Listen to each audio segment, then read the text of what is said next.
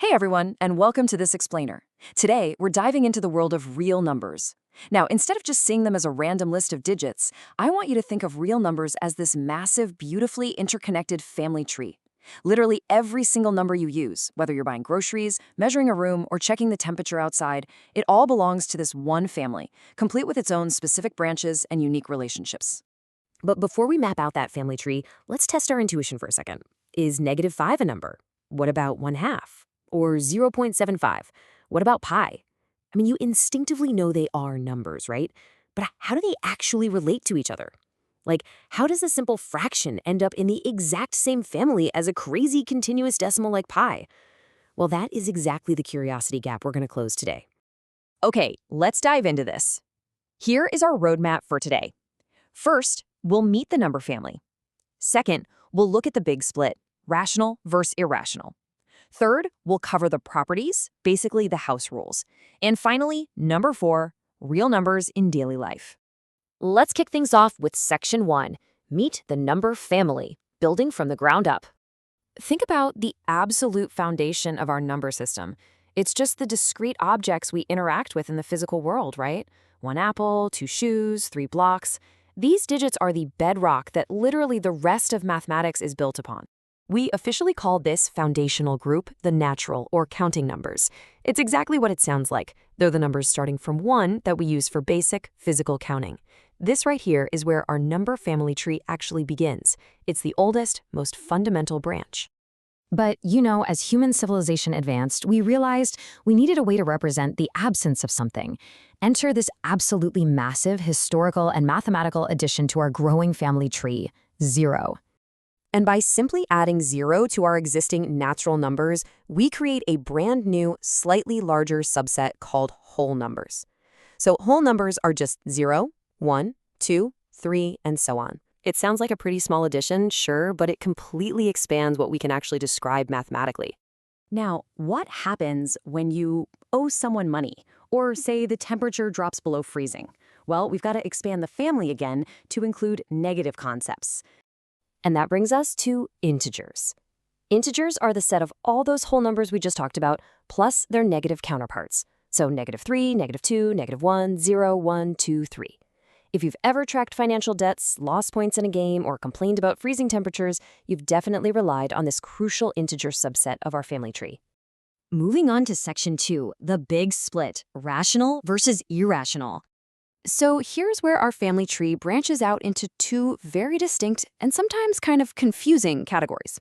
On one side, we have rational numbers. These can be written neatly as a fraction, a over b. This includes integers, fractions like 3/4, decimals that end cleanly like 0.75, or even decimals that repeat in a predictable pattern.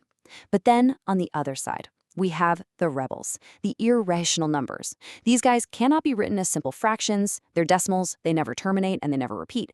Pi is a super famous example of this. It just stretches on forever without any pattern. The square root of 3 is another one. So the crucial point here is this.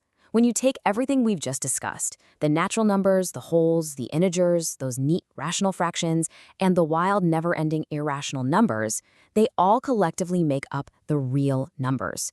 A real number is literally any number you can pin down on a number line. They are all part of the exact same massive family. All right, Section 3, properties of real numbers, the house rules.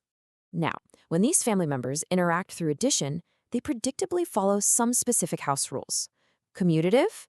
That just means order doesn't matter. 2 plus 5 is the exact same as 5 plus 2. Associative means you can regroup things without changing the sum. Identity? Well, adding 0 changes absolutely nothing. And inverse means that adding a negative counterpart brings you straight back to 0. And multiplication follows a very similar rhythm. Commutative means 3 times 4 is 4 times 3. The identity property tells us multiplying by 1 changes nothing. The inverse property uses fractions to get you back to 1. The zero product rule dictates that anything times 0 is, well, 0. And finally, closure. This one simply means that if you calculate with any 2 real numbers, your answer is always guaranteed to be another real number. The family stays within the family.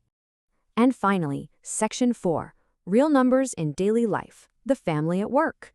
And this brilliantly illustrates why this math actually matters outside the classroom. You are intuitively using these exact subsets all day long. Think about it. In finance, if you spend 75 pesos and 50 centavos, you're using a terminating decimal. That's a rational number. Measuring a board that's 1.25 meters long. Rational. Taking 1/2 of a tablet of medicine. Rational. Checking out an average attendance of 18.6. Rational again. But say you calculate the diagonal of a square room and you end up with the square root of 2 meters. Bam! Suddenly you're relying on an irrational number. You'll literally navigate this entire number family every single day to budget, measure, medicate, and build. So as we wrap up this explainer, I really want to leave you with this provocative thought.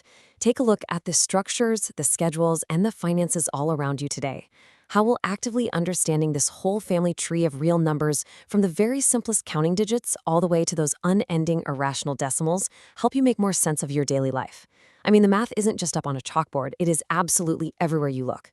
Thanks so much for joining me on this explainer, and hey, keep exploring the numbers around you.